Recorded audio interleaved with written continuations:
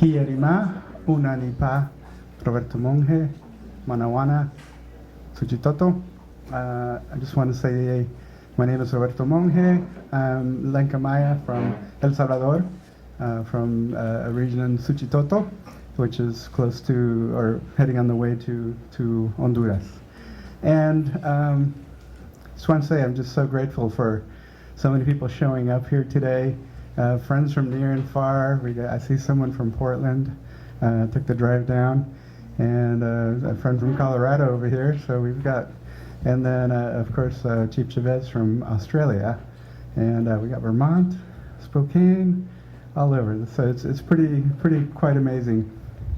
Little buzz on here.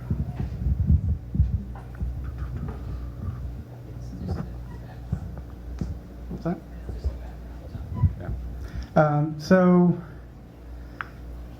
So why are we here? We put this series together after some work that had happened with a mentor of mine, Mark Morey, and we've co-founded a group called the Kairos Leadership Development Group. And the idea here was that it seems like our leadership has lost a little bit of their humanity, or a lot sometimes. And so it's kind of to try to gain that back in different ways. And a lot of it, when we look back to indigenous teachings, it really teaches us that we need to be balanced, no matter at what level of society we're at. No matter if we're the best boat builder, we still need to be balanced. And so a lot of work that I had done, I'm from El Salvador, and I grew up in the 80s during the war. And so we had to leave in a real hurry. I was 8 years old. My father was on the death list of the Escuadrones de la Muerte, the death squads. And so we just, we had to leave. And I had grown up in a village. And, my aunts and uncles said, your feet did not touch the ground for the first 3 years of your life. There was always someone holding you and picking you up and taking you places. And to go from that, and then all of a sudden we transported to San Jose, California, just because we had family there. And so I show up, and neighbors don't talk to each other, and everyone just goes inside and watches TV. And I was like, what just happened? What? I don't. And you could see that people were not all that happy for the most part. And so I just kept questioning in my mind as a little kid, like, what was the difference? Why was it so much? Why was it so much more connective in the village? What is it about that? And so this question had just been rising in me. And, I ended up, I grew up in Silicon Valley, got an Apple II computer in elementary school, right? And got into programming. And part of my fascination was this connection, the ability to connect to anywhere in the world. And that need to connect back. And so I use that to sort of keep searching, right? And did a lot of startups, and did sort of the business world, right? And my daughter was born, and all of a sudden I said, she doesn't have a village. It was this panic moment, she doesn't have a village. And so I had been working with some outdoor schools, just trying to get that earth connection back to my children. And someone invited me to this camp that was being held. It was a week-long camp called the Art of Mentoring. And no one could quite explain it. They just said, you should just go. And so I said, all right, I should just go. So I show up, and all of a sudden, 150 strangers within 2 days became a village. And it was magical. And I thought to myself, what? Like, you can recreate the village in that short of a time? This is incredible. And so I said, show me the designer of this methodology here. I want to learn. I'm an engineer. I want to architect this and figure this out too. And so they led me to the back room where Mark Morey was.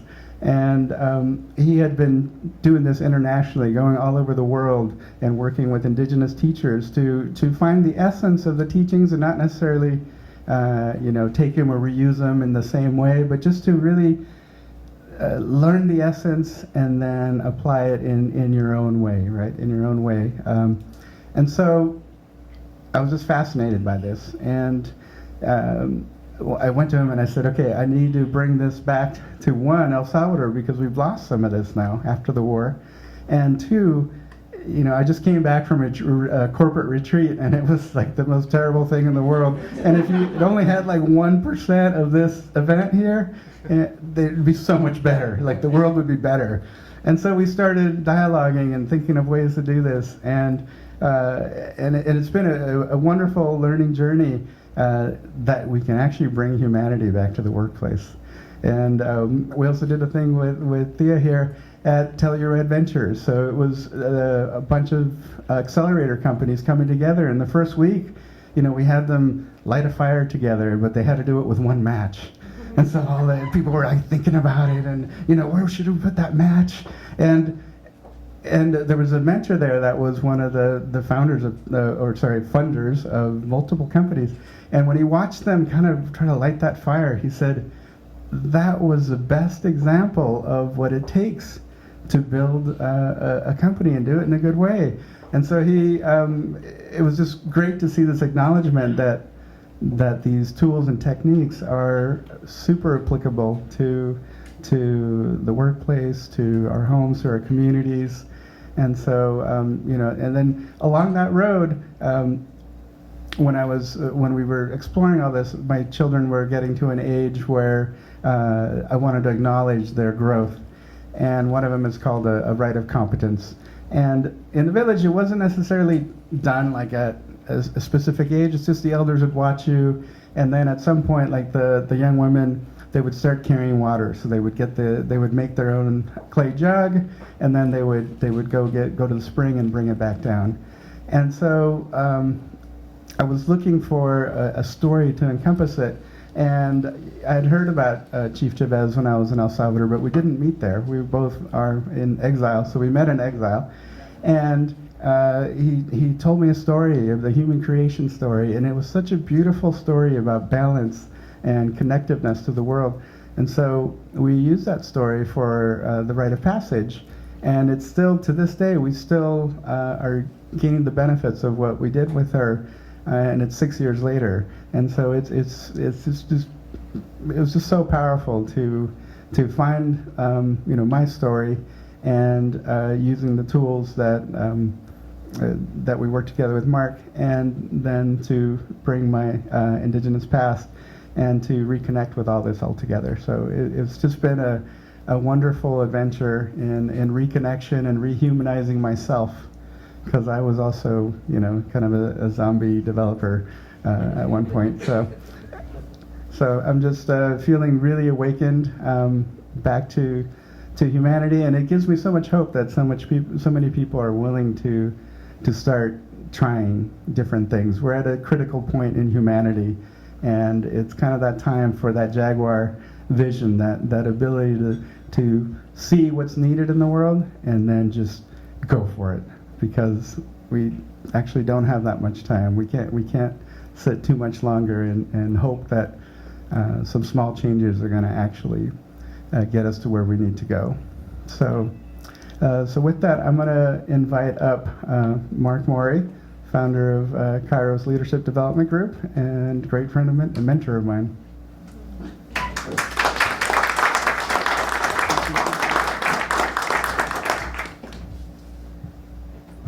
This past week, I was with a teacher of mine, and we were spending time working on observing our own self through regenerative frameworks for the ultimate purpose of self-remembering.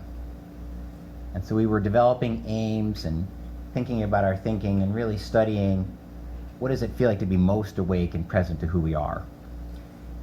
And it got challenging at one point for some people in the room, and this woman said, could you just give us a process for this working even when I'm not up for the task? And she said, no, this is the process. She goes, what promise did you make before you had a body? What promise did you make? I think about that every day. Is it fulfilled, or is there still work to do? And that has been on my mind ever since. What promise did I make before coming into this world? And one of the principles of a living system is this notion of essence. Something that is original, each unique to our own selves. Not like our personality or our adaptation, but the unique thing that we're born into creation to offer to the world as work, to serve a greater system that we're nested in. So this notion of Kairos came to me when we were looking at different ways of perceiving the world. What would it be like to have a different way of seeing besides Chronos, which is the time that's chronological? It's the very thing that just kind of eats us alive at times. And if you go back into the Greek world, they had two forms of time. One was Chronos, which we still live under today, and the other was called Kairos, which is more about timing. And it could speed up and slow down, and was more qualitative. And they used the analogy of an archer and a weaver and the other artisans to explain the timing of Kairos moments. So if you have a moving target and you have to line it all up, they said it's like the language of the word means there's like a tube that opens up, and there's a presence in that moment, plus the power to penetrate. And it was related to the ethos, pathos, logos of delivering wisdom. So it was the timing of those things all coming together. And I did some more research on it, and you know that song from the Byrds, Turn, Turn, Turn? There is a season, turn, turn, right? And it's like, there's a time for laughing, there's a time for crying, there's a time for being born, there's a time for dying. And when the Greeks first translated the Bible, that's a quote from Ecclesiastes. I don't know if you knew that. I didn't. When they first translated the Bible, those were all not the word time like we know it. Those were Kairos moments. That, a baby isn't born 9 months after conception and then it's late. It's born when it's born, and it's Kairos moment. That when we get the diagnosis, we're not going to have 2 years to live, and then after that it's borrowed time. No, we die when we die. And there's a time to plant seeds according to the rhythm of nature. And where I'm from, in Vermont, there's a time to tap the maple trees, which is happening right now. And it's a seasonality that even the squirrels know, and the weather knows. And so if you pay attention, you're outside of Chronos. And I thought this is akin to a natural way of living. And could we introduce that as our main frame for participating in the world as we do our work? And there was a scene in this image I was reading about that Saturn is the Roman version of Chronos. And Saturn is, there's this picture of Saturn devouring his child. It's just like the Goya painting of biting the head off his child. It's like there's this intense image that it could eat us alive. So our humanity is really wrapped up in being able to have some distance on that. How do we stay awake to the qualitative aspects of life? So for me, it's like that archery image or the weaving image of putting the shuttle down when it opens up and the weave is ready to go, of what is my aim? What is my aim in life? What is my aim for this moment, for this evening? And so I've been thinking about that with, Kairos, it's really to evolve the system of human consciousness in the arena of business as we do work, so that we develop better human beings, not just in the workplace, but more conscious parents when they go home at the end of the day, and filter that energy into our communities. Imagine that, being an engine for restoring the fabric of our village through that means. Plus, we have these imperatives today to not just express our essence, but in alignment with what is the world asking of us? What is our life shed, watersheds asking of us for our unique essence to come forward? 1.5 million children walked out of school on Friday. They're asking us, right? I'm an adult in the world, and I thought I'm responsible for this. There's no more adultness to come to. I'm it. I'm 53. I can't get any more adult than this. I'm waiting for someone to come along and fix this. So there's a Kairos moment for me of I'm stepping into a new arena because I have 20 years of working in communities internationally and a bundle of restoring our relationship to the natural world. And I realize I have a role to play, so that's what we're launching here, and it's a long path. So think about for yourself for a second. What activates you? What activates your essence? What gets you going and energizes you? I'm sure you think about these things, or you wouldn't be here tonight. And maybe a better question is, what restrains you? What comes to greet you when you step forward? Because that always happens to me innocently. I think, oh, I'm going to step out into the world. Immediately, all these things come to visit me. Pull me back, push me down, restrain, say, last time you did that was trouble. And I was 6. But you know, it's real. Feel my stomach tighten up. My stomach tightens up. And so there's work to be done on the inner world as I pursue, these imperatives. And some capability needs to be built to reconcile that tension. So what I'd like you to do is think about that for a second and then turn to the person next to you and ask them, what is your aim that you could develop in this moment to reconcile what activates you and what's restraining you? What capabilities do you need to develop? Because an aim will help you with that.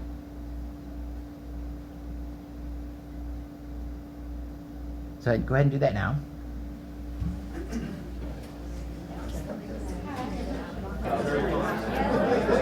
Okay, come on back. You can hear me go like this.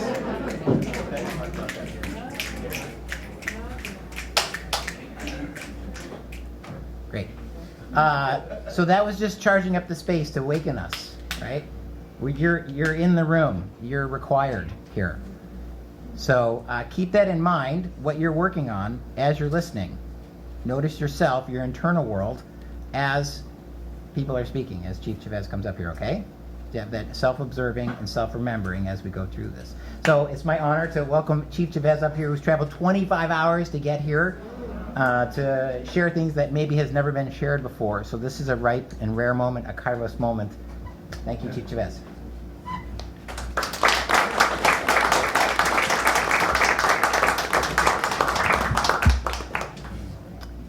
Kierima, komanani aku paya unani pati manawali kerlenka taule pateri kemanawaran hochan. Hi everyone, greetings. Bless the space. I am the chief of the Lenca Jaguar people of Central America. That's what I roughly translated from what I said. My name is Leonel Antonio Chevez, but most people in the Anglo-Saxon world call me Antonio because it's much easier. Particularly in Australia where they can't say Lionel, so they say Lionel, Antonio. So they find it much easier, and I don't correct them. So I want to first acknowledge the ancestors of everyone who is sitting here tonight. You are not here just by an accident. You are here because you come from people who are seekers, people who don't put up with stagnation, people who actually don't stop. The reason why you look different in skin and the way you look is because obviously your branches started a long time ago journeying across the planet. So we are travelers. I'm not from here either. So we're just meeting in this space to talk about something amazing, us. Because even the best computers that we have now cannot actually spell who we are. So we are an amazing creature, and so is all the other creatures if you see them with actual natural eyes rather than reductive science. Not that I am against science. I have 2 master's degrees in science, but is that we are more than that. We are more than just the bones and the flesh that we can weigh and measure. There is something else to us. So I want to acknowledge the stem of the tree where we all come from. We're just branches of the same tree, pointing to a different direction. Then I want to thank you Mark and Roberto for making a big effort for more than a year now to make sure that this event happen. And I don't believe in mass crowds for changing the world, because everyone in this room owns and authors a world. And if you can influence that world, you are impacting many layers of humans around you. Disease, pathology, wealth, weight, and many things are actually often affected by 5 people away in the circle from where you are. Friends of friends of friends of your friends are affecting the set point where you sit in wealth, education, and many other aspects. And there are heaps of PhDs that you can read about that. So I want to thank Kairos for making an effort to get me here. This is one of the many iterations they're going to have to introduce different thought leaders and thought provokers. Some of these conversation hours are going to be quite challenging for some of you. For some it's going to be entertaining, some others is going to be completely a waste of time. Life is like that. It's a mixed bag, and you have to sort of taste it. And then add the holistic experience to get the flavor of it. Otherwise, a single ingredient in a food doesn't actually make the dish. What tonight is a very ideal time is to talk about the amazing opportunity that we have. I come from a tribe that has been forgotten in history, and it's the Lenca people. Most people don't know who these people are. Genetically, we still belong to the Native American gene pool, but our mothers skipped North America and they went from somewhere else, probably throughout the Americas, took a boat and ended up in the eastern part of El Salvador doing a hook turn. So our genetic drift doesn't actually read progressively from north to south. It suddenly appears in the south of El Salvador, in the east of El Salvador.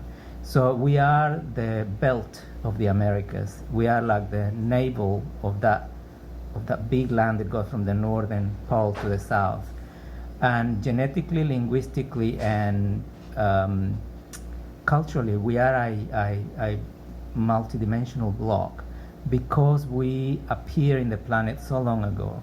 Our first human habitation places that have survived, and the Western scientists have been studying, they date back to the time of the Ice Age.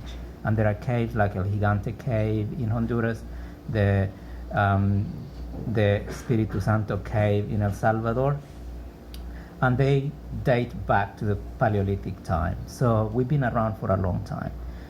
As a result, we had enough time to actually come up with strange storytelling.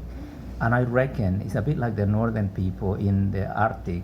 Because you get locked with ice, you have to come up with some strange shit to keep you people entertained. Because otherwise, they will do the wrong things. So a lot of the Vikings and people like that were very good at storytelling and coming up with a lot of meaning. We are meaning-making machines. If we have no meaning, we will have a lot of people medicated. We have 13% of the population medicated. So what happens is, as we become very, very busy in the Chronos demand, we start sort of leaving behind our twin, which is the Kairos part of us.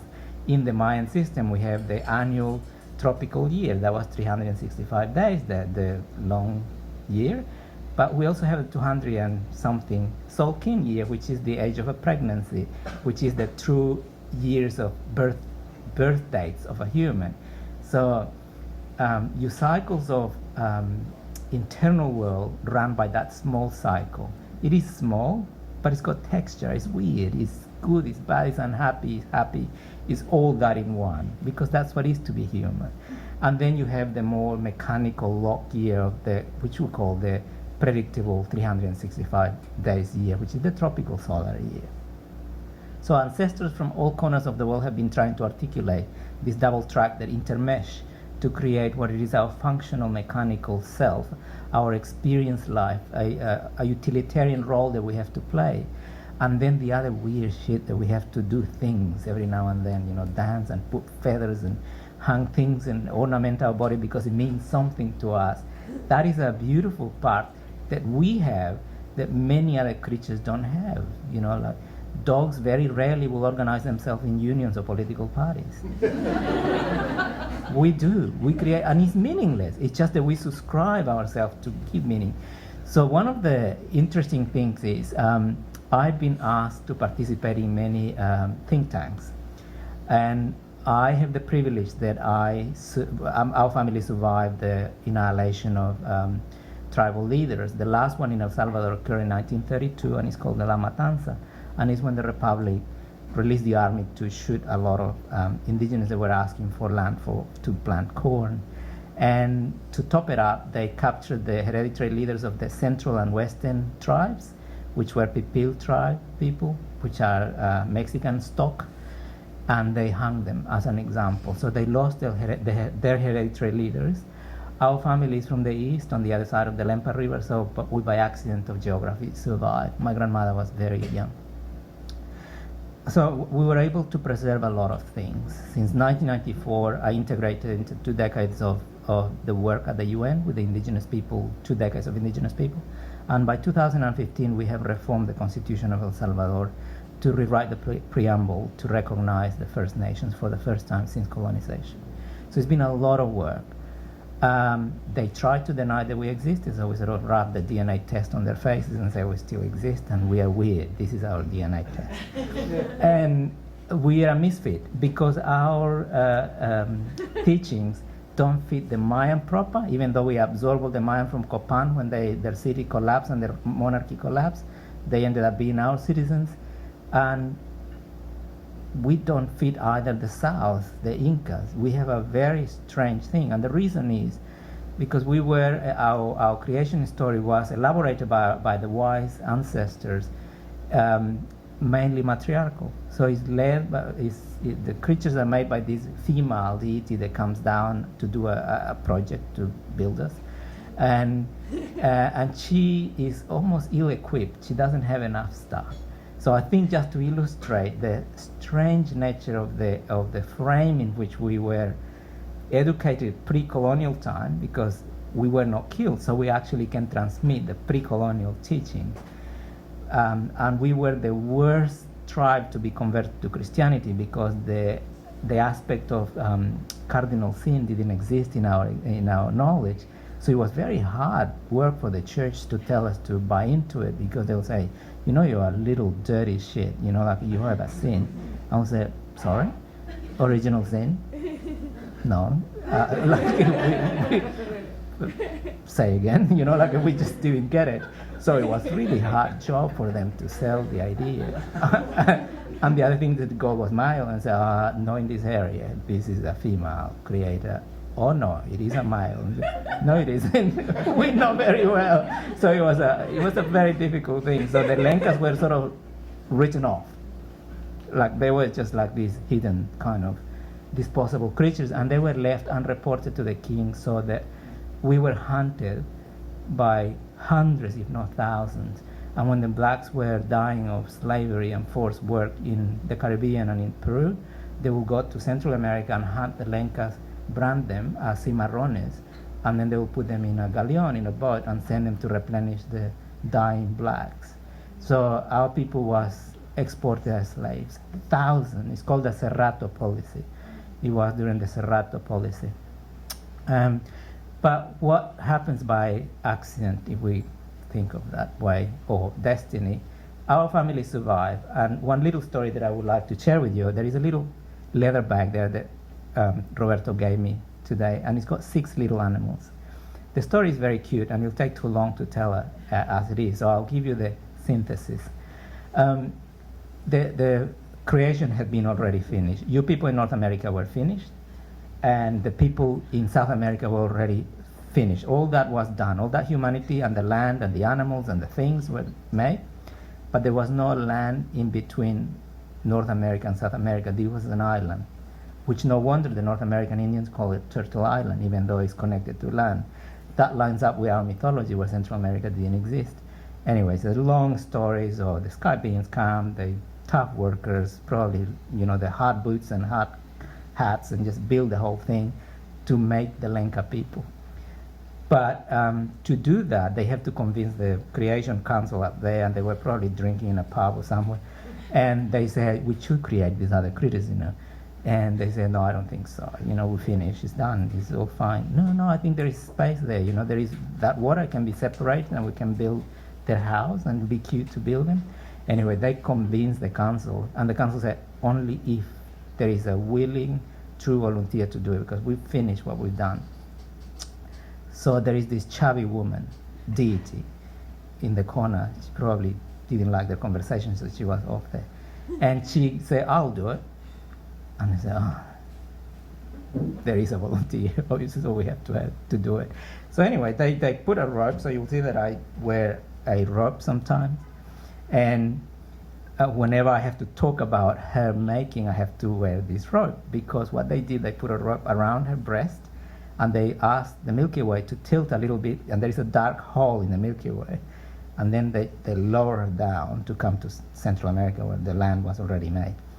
And she only had a little bag with some threads that in our language we call wilkala, which is the threads that everything is made. The visible and the invisible is made called wilkala.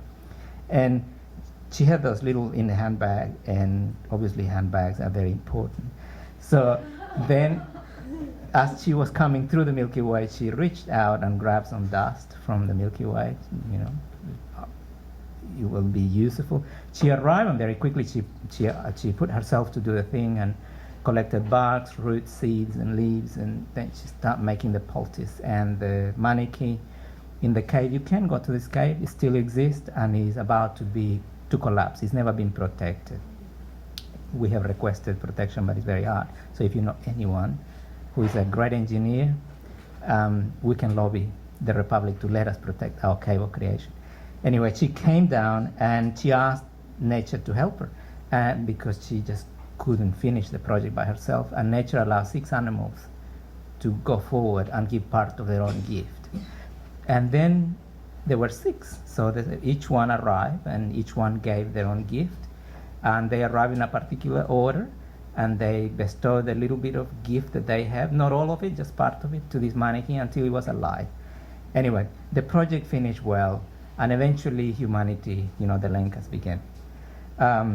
The animals, just for curiosity, is the armadillo, the rabbit, the jaguar, the turtle or tortoise, the monkey, and the eagle.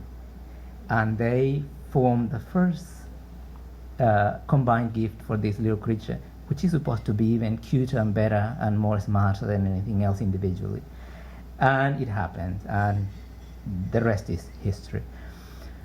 So, when we go forward thousands of years, and we are in San Francisco talking today, now we know that the speed with where technology is evolving, and technology enabling technology to be evolved itself, is so fast that if we don't forget, we are being taken for a ride so fast that if we are not careful, when we look back, the horizon is too far away to actually see land. It's like being adrift in the sea without the map. So everyone in this room comes from a human tribe somewhere in the planet. The planet is very small and insignificant in the cosmos. So don't forget that. If you are from Ireland, it's literally just a couple of hours. Don't distance yourself that we go, oh no, like that was 100 years ago. Well, that's nothing. That's like 0 in the clock of us. Everyone is a meeting point of many ancestors mating to make you. And not only that, you are the best they have to show. Because remember, for that sperm to make it to the egg, I've done clinical science. My God, the battle that sperm has to face. 11 millions of them are competing, and one makes it. And he makes it through so many barriers that is put forward until it creates the viable embryo. So each one of us is the gold medalist of that initial run. So we are not only that in that moment, but we are all the epigenetic material that is in the DNA chain. So people talk about the ancestor and these tribal people like these things that used to exist in moldy caves. It is in us. Your diseases, your obesity, your allergies often has nothing to do with you. You're just a meeting point where those hang-ups still exist.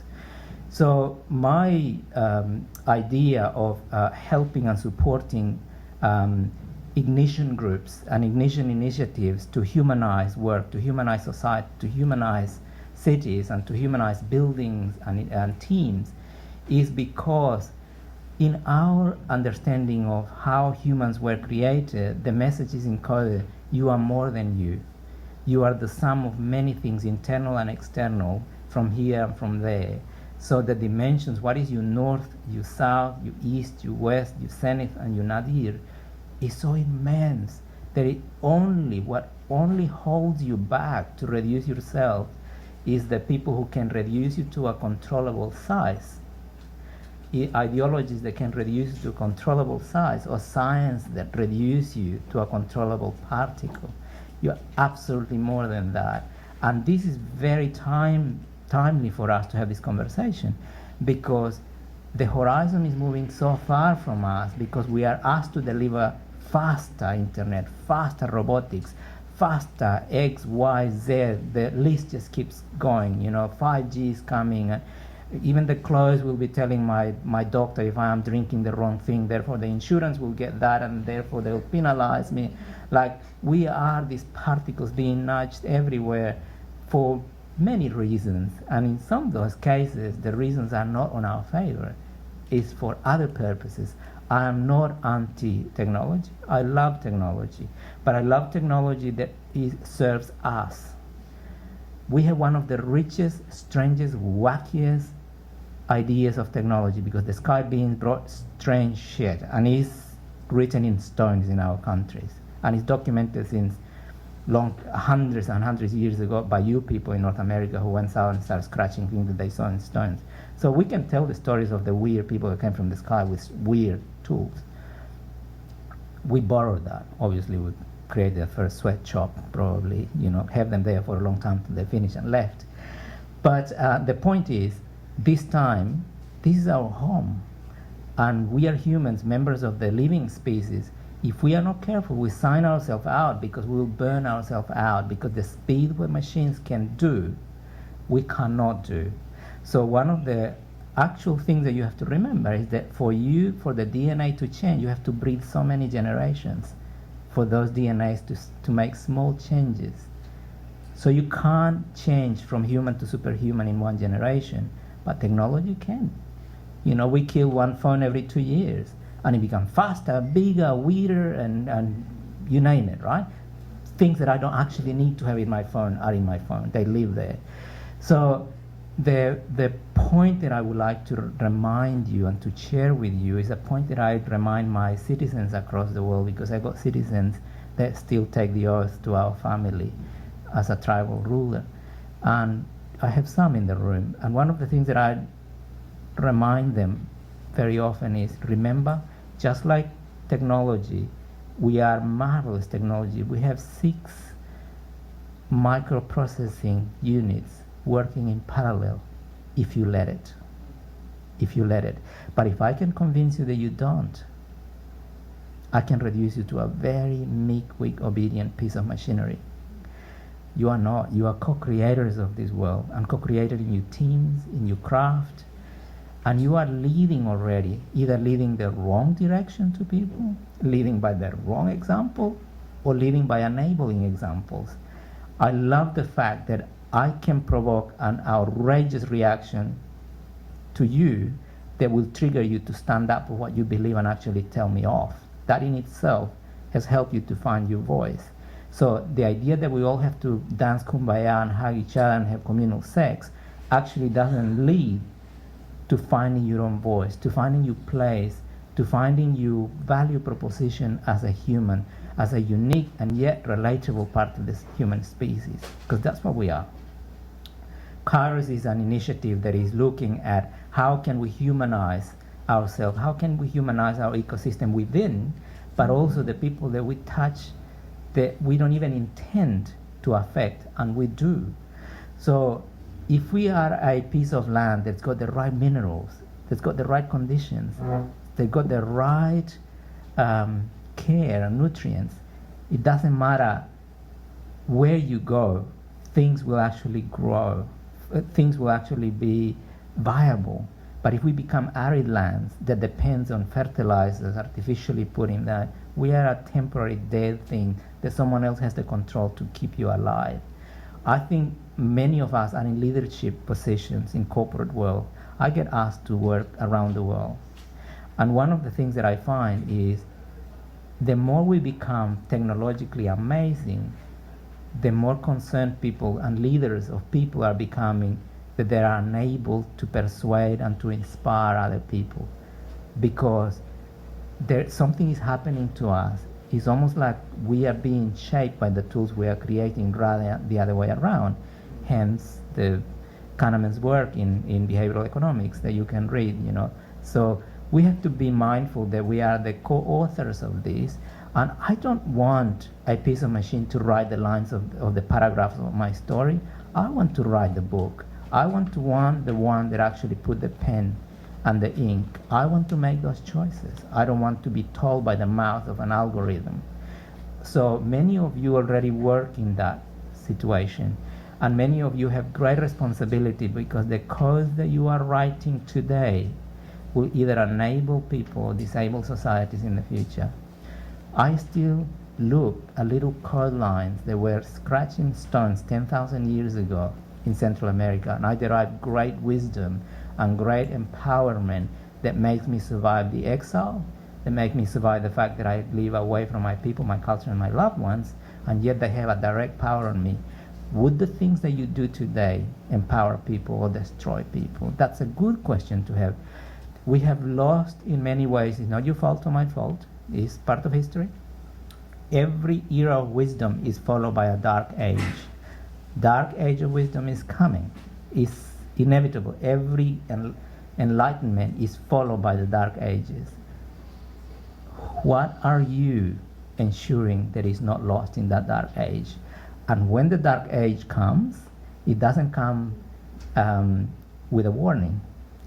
It comes as a human system that suppresses it. Repeatedly, it's happening again and again. And there are people who are hunted, and they are knowledge that is forbidden. So what I ask you is,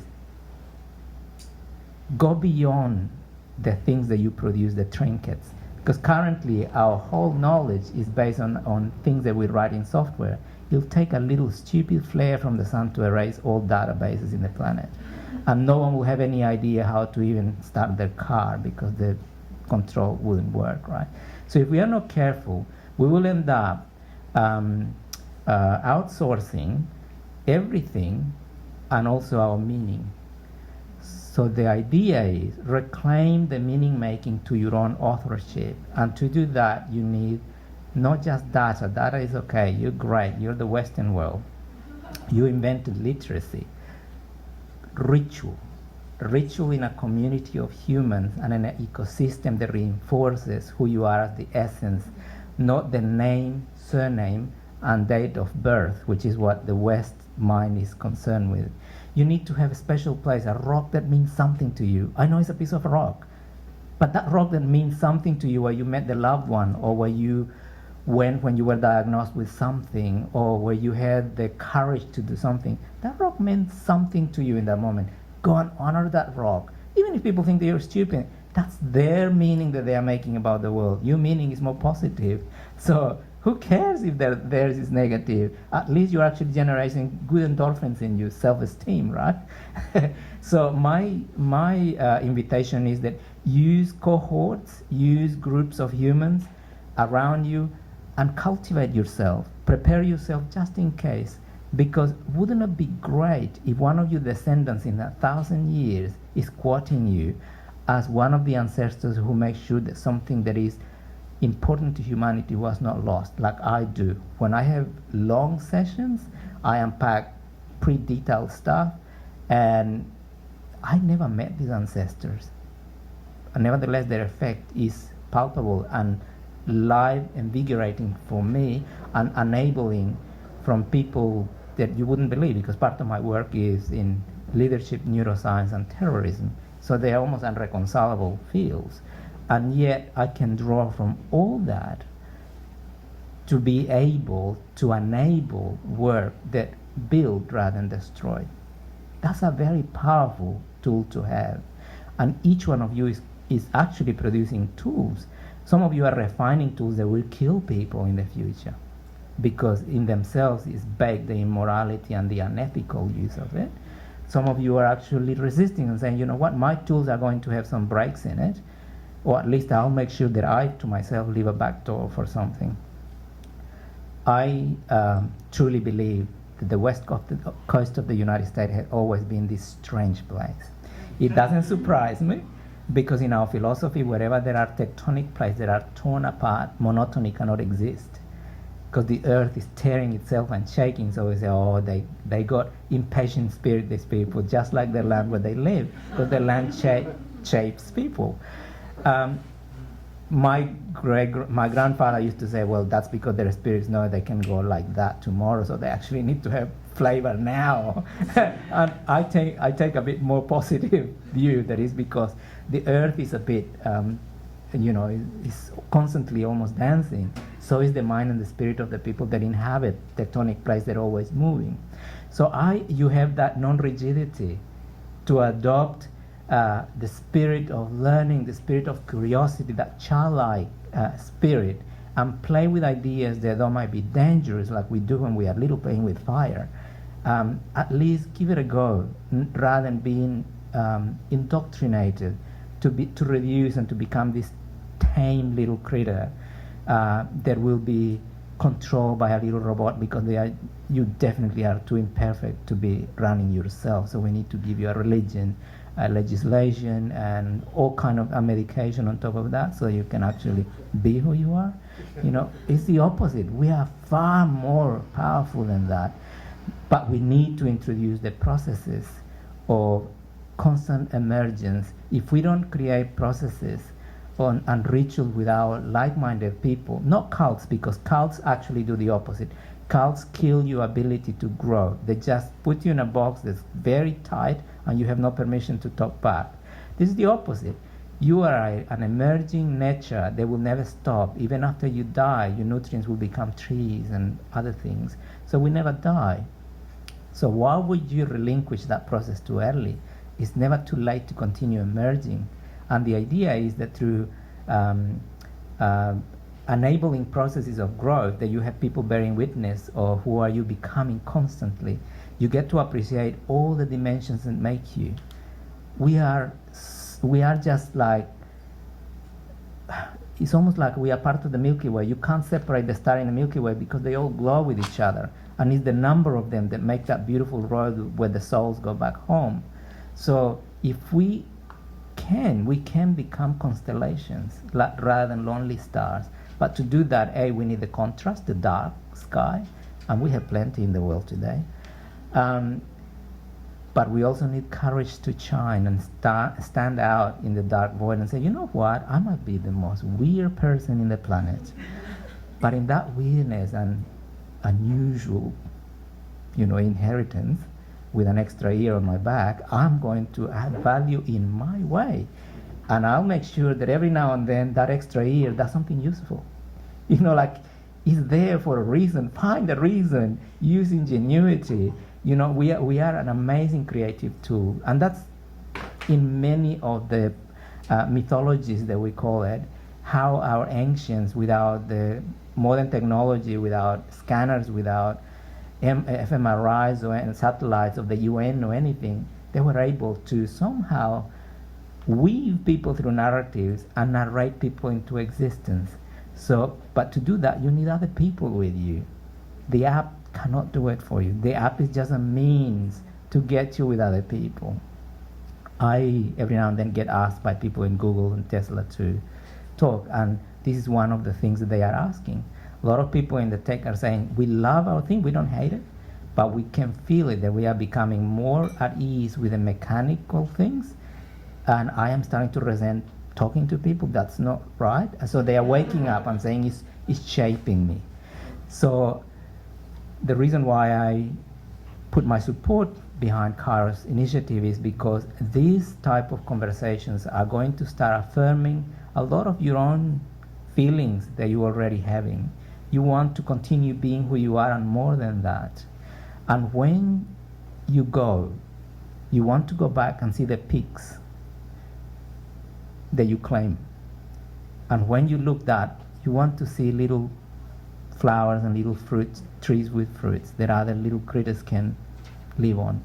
You don't want to leave a whole carnage and death and destruction behind, because that must be a terrible thing because at the moment of death, the ego is not there, it's gone. Ego can only be, that peaceful thing that the corpses are getting before they die, that's because the ego is gone. It's a very coward part of us. It's only there during the good time. So when your actual spirit is there to receive death, it looks back and says, if I only had one day left, I would blah, blah, blah, blah, blah. By then it's a bit too late. And I'm not a Buddhist, so I'm not coming back. I got one go. So I have to actually take responsibility, stewardship of my self-growth, to build, to cluster, and layer the knowledge that I can, because in 1,000 years, people will be referring to everyone in this room as ancestors. So what are we leaving for them, given the fact that they already have given us the title? That's what we call the widows that came before us. We say, our ancestors. And it doesn't matter if you are German, Dutch, Anglo-Saxon, everyone has the same word and say, well, our ancestors. I think only Americans have founding fathers. Yeah, but the rest of the planet has ancestors. And so our ancestors, that's the word that we are going to be given in the future by the rest of the planet. So can we start preparing a little bundle of wisdom and skill and human craft, not just code writing, for our next generation? So I will leave it there, and I really appreciate your attention and connection. I know you've been nodding a lot. My invitation is to keep curious and be courageous, because where you sit in the spectrum of nobility is being tested, and it will be tested for the next few years. Build strong communities. That's how my kingdom survived. We are documented to be at least 14,000 years old. That doesn't come easily. We have to house the tribes that run from North and South America to the middle of the world, because they were more fish and birds, and then they would let them go home. And they brought back their languages. We didn't homogenize them. So that's why the house of the macaw and the house of the jaguar, which is our family, is friendly to North American and South American tribes, because we didn't homogenize them when they needed a room in our house during the Ice Age. They were able to come, eat, sleep, as long as they could, and when that was finished and the thawing of the Ice Age came, they went back home and changed. Something changed, I'm sure it did, but they took their languages. If they had stayed in North America or South America, they would have frozen to death. So it's a good example that we can come together to face a transition of great times, add our collective knowledge, take a particle of knowledge, so that if I kill you, the rest of the knowledge is unharmed. So with very little missing, we still can run with that knowledge as a main operating frame. Share around, have a community where you share, where you enable each other. There is enough disempowering outside telling you that you need the next handbag, that your boobs are too small, that your penis is too big, or too whatever it is. There is always this bombardment that you are not quite good enough. What about if we have a network of peers that enable you to celebrate who you are and own who you are and feel a valued member of the human family? So that's my invitation. Hopefully you keep in touch with Kairos so that you can lead as co-leaders the kind of event that will empower you. Thank you very much for your attention.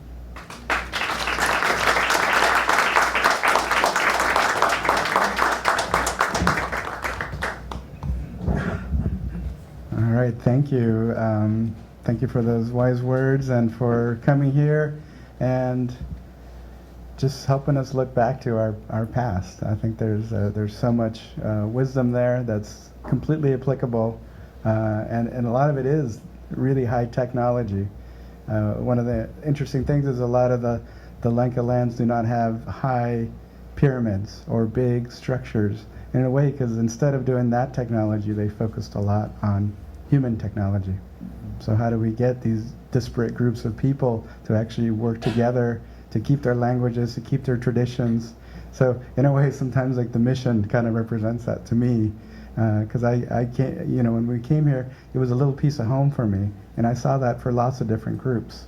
So they came, and they were still acknowledged for who they were, and even though they were in asylum, and we can all live together. So it's a great example, and I'm so glad that we're able to do this here. And along those lines, there's so many Indigenous teachers from all over, and so that's one thing that we try to do is really connect with the teachers that we can. And I wanted to invite up Barry Moses. He's a Spokane teacher from Spokane Tribe, and he started the Language Institute, the Spokane Language Institute. For Spokane Language House, thank you.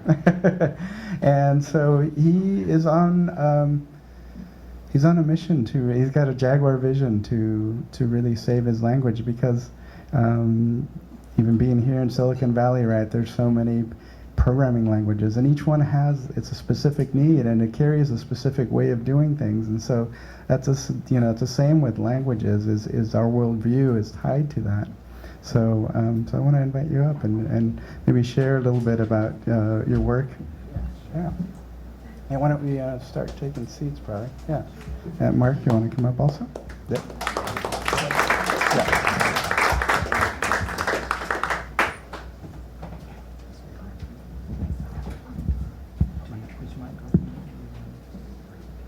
Oh, yeah. Well, thank you, everybody. I'm really happy to be here tonight. I feel like I'm a long ways from home, in another country. My country is just this little area of eastern Washington. And I was listening to Chief Chavez, talk about 14,000 years of documented Lenca history. And in Spokane, Washington, we have 11,000 years of documented history living in that specific location along the Spokane River. And our lineage goes back those 11,000 years, probably earlier than that.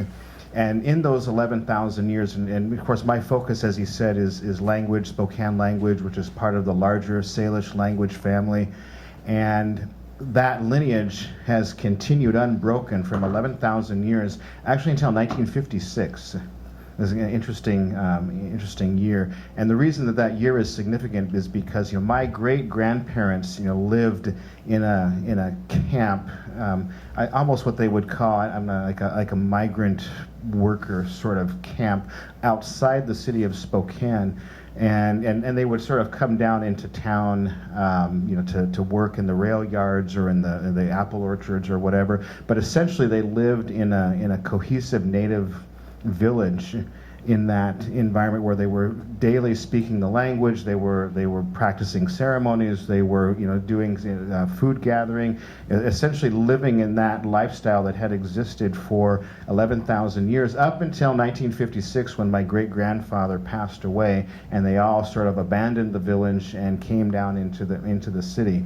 And so I recognized, not that long ago, I mean, it's years, I've been working on language now 20 years, but I recognized, just a little slow, I guess, connecting the dots, that I'm only a second-generation English speaker in my family. And so I think about 11,000 years to 1956, and it creates a different sense of urgency and a different sense of purpose. So we talk about, what is it that ignites us, or what is it that inspires us, or what is it that moves us forward? And I realize, that my Kairos moment, I'm standing here at this threshold of history where 11,000 years could potentially end in my lifetime. And my father, who's deceased now, he's been gone for 25 years, and so in his place, and as my uncle, who's sort of my spiritual mentor, is the last. He's 72 years old. He's the last person who learned the Spokane language as a child, and now is one of only 3 surviving people who learned the language as children.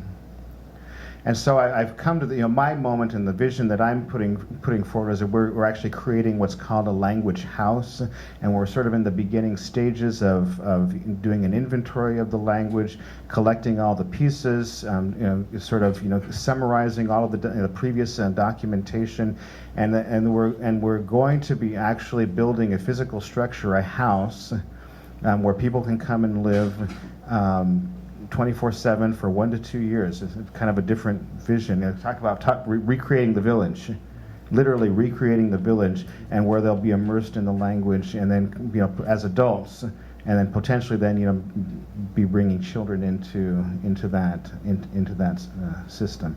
So that's the vision, and there's a lot more that I could say about that, but. Yeah, while you have the mic, I was thinking about, so you've been a teacher in colleges and also in the village. What is different in terms of the indigenous way of passing on knowledge and mentoring compared to, let's say, the Western way of doing that? Right, well, yeah, so I was a public school teacher in Spokane for a number of years. Also, I was a college professor for a number of years. And what I can say about, and I guess, having come out of that system, I'm just a little bit bitter, maybe.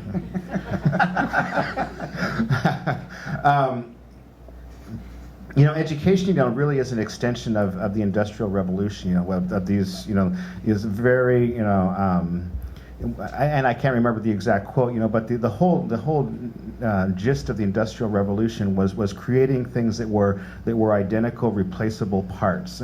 And there's more to that, but essentially that is what public education is today in the United States. It's about creating, identical, replaceable parts. So every state in the nation is dealing with learning standards. And every child in the nation who goes through public school, must match these standards and these benchmarks, and if they don't match those benchmarks, then they have failed. Someone has failed, and somebody's going to lose their job, and somebody's going to lose funding, and it's really a dreadful system. I think it's just destroys, I think, the individuality and the gift and the reason that a person, as Mark was saying, what promise did you make before you came into the world? Well, nowhere does that figure in public education.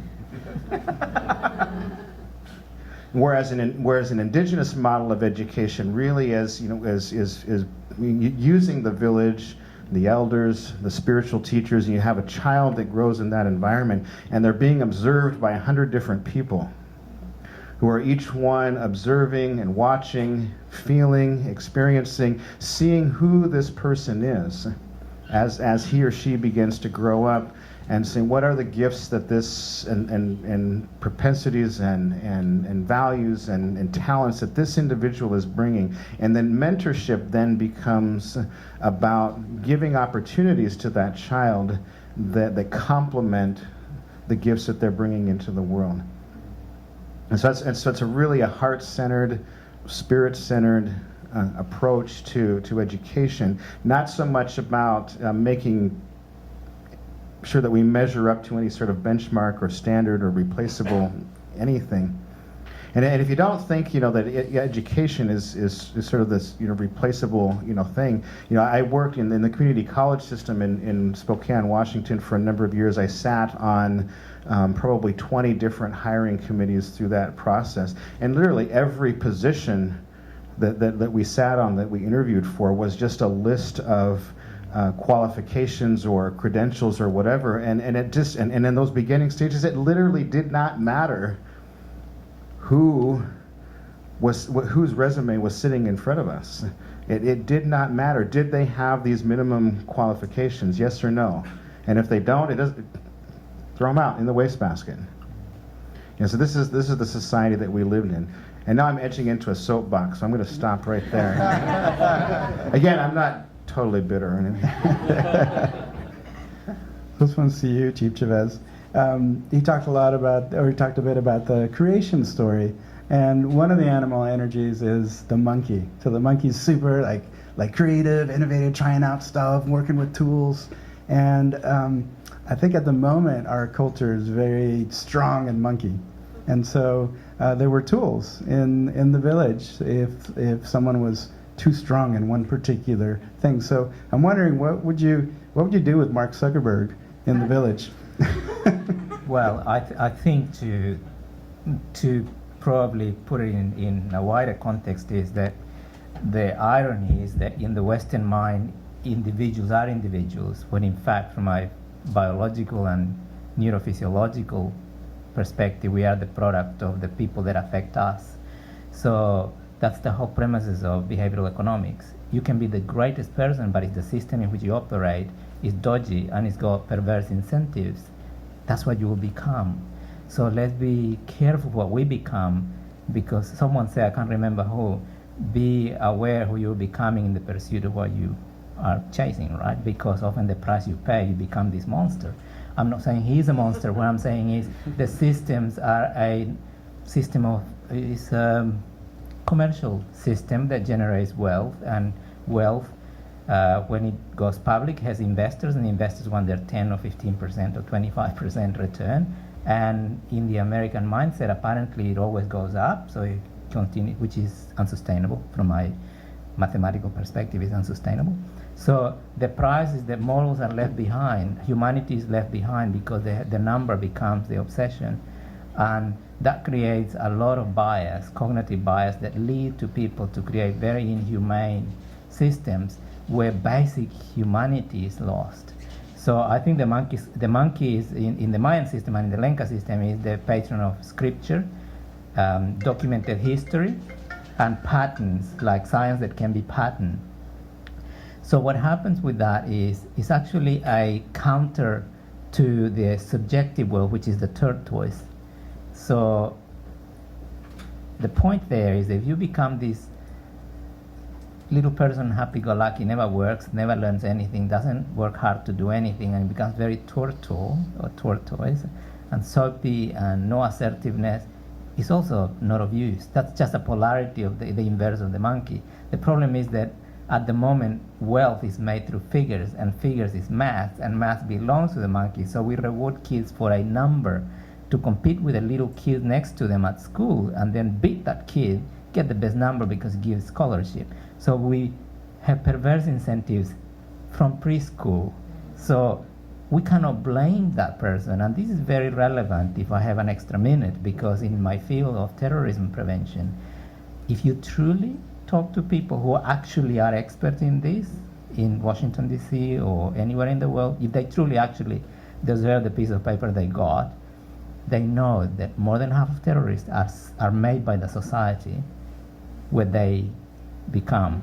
You cannot have enemies without knowing them. There is a reason, and there are grievances that in their worldview they have lived experience that prove their point.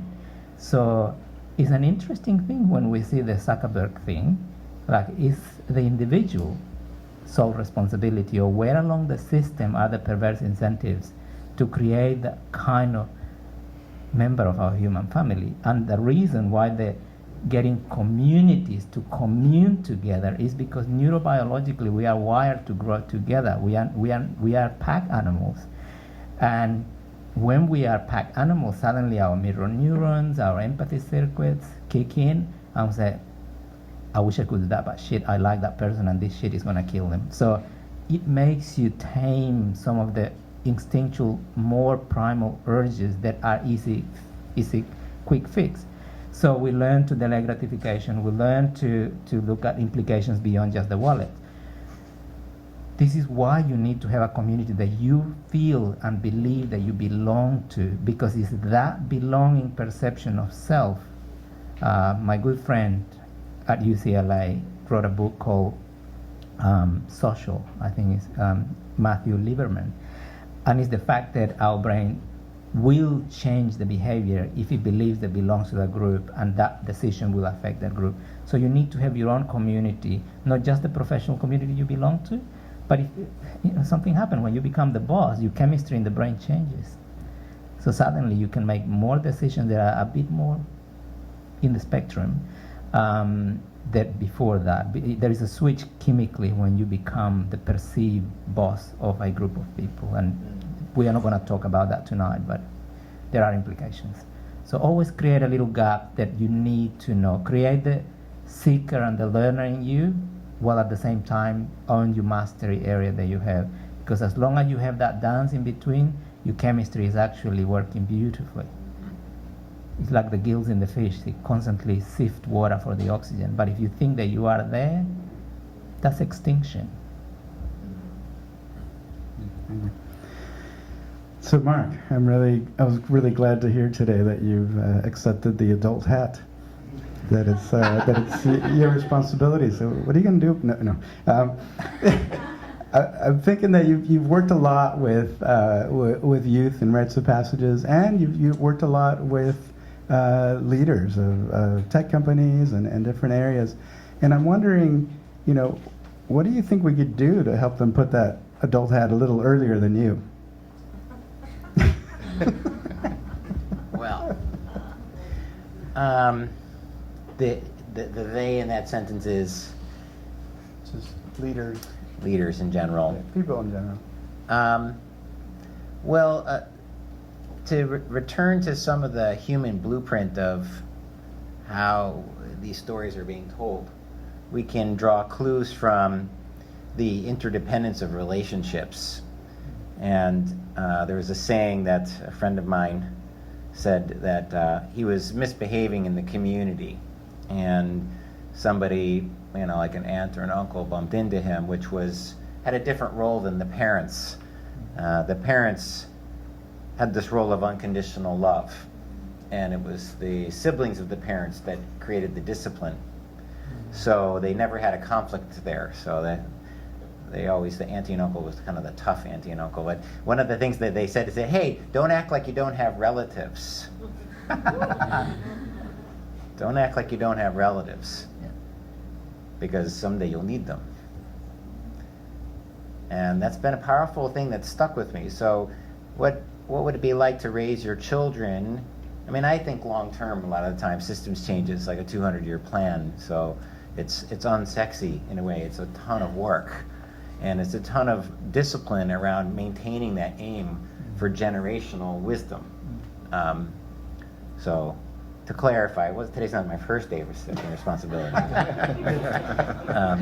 But envisioning, as I'm raising my daughter, the practices that I do with her. So there's an elder woman down the street who has arthritis, and we built a relationship with her. Now, she, in our community, wouldn't call herself an elder.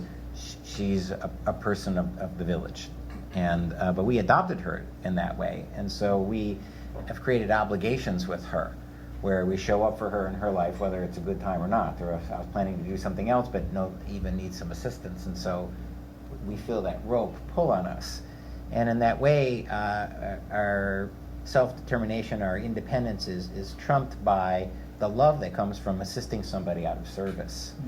And imagine if we had a fabric of that pull, not just horizontally in relationship and vertically with age, but with all of the species that we belong to. There's a more than human world that we can feel that same level of obligation with, and even the ancestors. There's an aspect of that pull as well, and the future generations and time. So all of that, if you imagine that fabric, my life is not my own. If we consider that on a regular basis and stimulate that with our actions. Thank you. Yeah, the timeline really is so key there, in a way that we see time as a quarterly numbers these days, right? And so we're not thinking out that far ahead. But we have to. The latest reports are like, in 12 years, if we do not change what we're doing now, it's going to get not just bad, but really fucking bad. So, and it's this moment right now that what we do today, what we do tomorrow, is what's going to make that better or worse. So, maybe if everyone can do like a closing word or a thought that's kind of come up. Very grateful for the attention and the presence that you have, which is amazing, because our attention and presence is the greatest commodity that is more expensive now because through our little screen there are hundreds of calls for us to get back to the thing. So thank you for digesting a bit of what we say, for tasting it, and for wrapping it with your own sort of flavor. And please only take what can be useful to you and leave the rest, because the ancestors will make sure that it goes to a good place and deliver to the right person. Nothing is wasted. And be curious and keep in touch with the Kairos group. I hope I can make it again probably next year. There are going to be some engagements, and congratulations to you for the effort. There is no greater pleasure than enabling the humanity, and working with the science that we have and technology is wonderful, knowing that in 1,000 years, we will be called ancestors, and our science are going to be called quaint folkloric things. Great. I was going to mention that we're at CIIS tomorrow. Totally different subject and different content. And if you can think of the title for me, that'd be great. think about that. And then we're planning on starting a cohort, a community of practice that's going to be taking direction from these nature connection practices and cultural mentoring approaches. So if you are a change agent with a sphere of influence in the world, or somebody like that, we'll be working together to support ourselves to have our original essence matching the imperatives of this time. What else are we doing, right?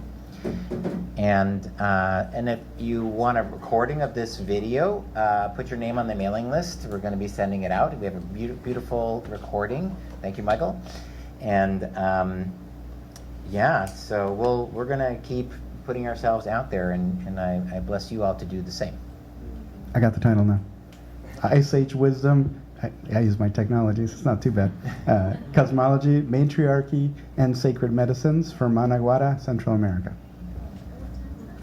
So it's tomorrow, 6 to 8:30 or so? Yeah. So earlier tonight, we were all sitting around having a planning meeting about what was going to be happening tonight.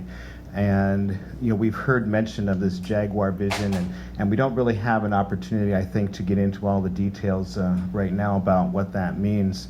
But I actually have a short story that I want to share about that. But because of the cultural protocols that I live with, I actually have a special request of this entire group, and that is, in order to share the story and the thing that goes with it, I'm actually requesting that we sort of turn off all of the electronic stuff, recording devices, if we can. If you want to. Otherwise, we can just end. I don't know. So there's a video going on right here. Is that kind of like a spirit plane mode, like airplane mode? Yeah, spirit plane mode. Yeah, please, We are put your phones on. We are switching to spirit mode. We're about to take off. Hopefully we'll see you tomorrow, or not again someday. Thank you.